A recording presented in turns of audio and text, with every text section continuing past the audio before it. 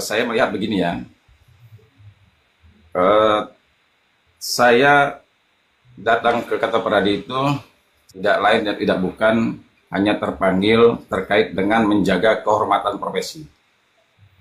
Kenapa? Karena bayangkan sekarang ini kita melihat ya, ada advokat ya yang bagaimana diganti dengan pakaian perempuan, ya, bubuknya diganti perempuan dan apa namanya bully-bulian itu banyak. Nah, saya bukan melihat seorang parhatnya, tapi profesi advokatnya. Nah, saya selama ini itu ada Bang Nyoman ya, Bang Nyoman itu seorang pendidik. Artinya kita-kita ini adalah advokat-advokat yang sejak awal terjun ke dunia hukum ini benar-benar menjaga harkat dan martabat profesi, menjaga kehormatan profesi.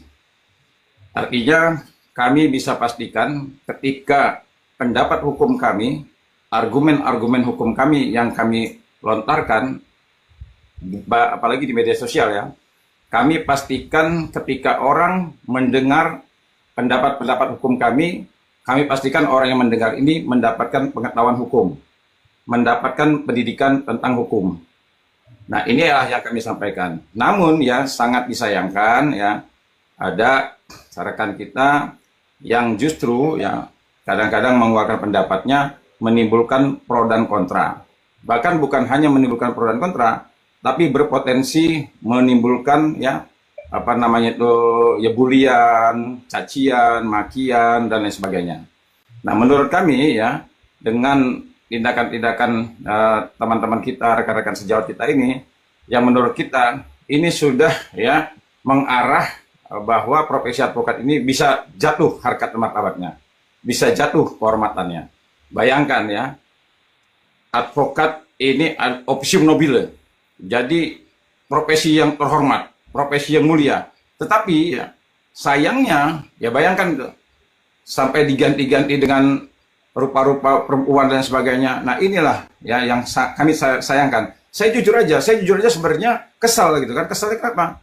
Karena rekan kita ini sebagai advokat, ya harusnya ya benar-benar bisa menjaga harkat dan martabat kita sebagai advokat.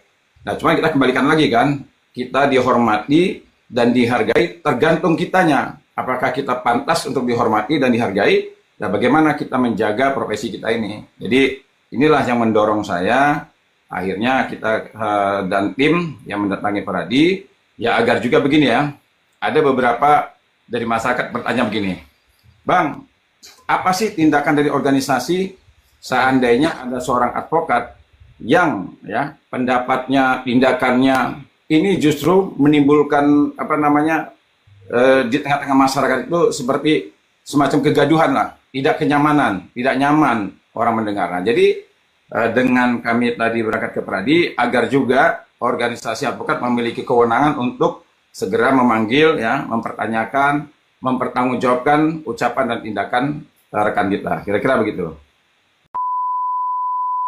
Saya sejak awal mengeluarkan pendapat hukum saya atau bisa dicek apa namanya jejak digital saya. Jadi saya dalam menjalankan profesi saya ini saya berpegang teguh. Yang pertama kepada Pancasila, Undang-Undang Dasar, Undang-Undang Advokat, Sumpah Profesi, Kode Etik.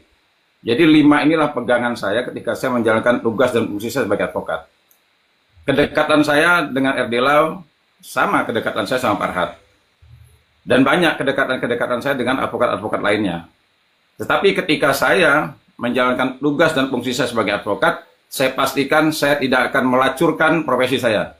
Saya tidak akan pernah melacurkan profesi saya hanya karena mendapatkan uang, mendapatkan keuntungan, atau mendapatkan lain-lain sebagainya. Saya bekerja profesional, ya, berusaha sekuat tenaga berprofesional. Ya, jadi tugas saya adalah menjalankan tugas dan fungsi saya sebagai advokat dengan baik dan benar, penuh dengan tanggung jawab. Jadi jangan khawatir, saya tegaskan, saya tidak akan pernah membocorkan ya apapun. Ya, saya tahu kode etik. Ya, sekecil apapun rahasia klien harus saya bawa. Bahkan saya menganut bahwa ketika seorang advokat mengetahui rahasia klien sampai mati, kalau perlu jangan dibuka.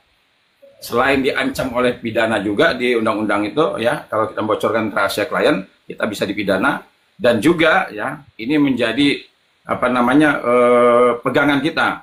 Artinya jangan sampai ya karena sesuatu dan lain sebagainya, nah terus saya membocorkan. Ya saya pastikan walaupun kedekatan saya sama RD Lau, kedekatan saya sama siapapun, sepanjang itu memang dituntut oleh kerahasiaan profesi, ya sampai kapanpun saya akan berpegang teguh pada aturan-aturan yang ada di Undang-Undang Advokat.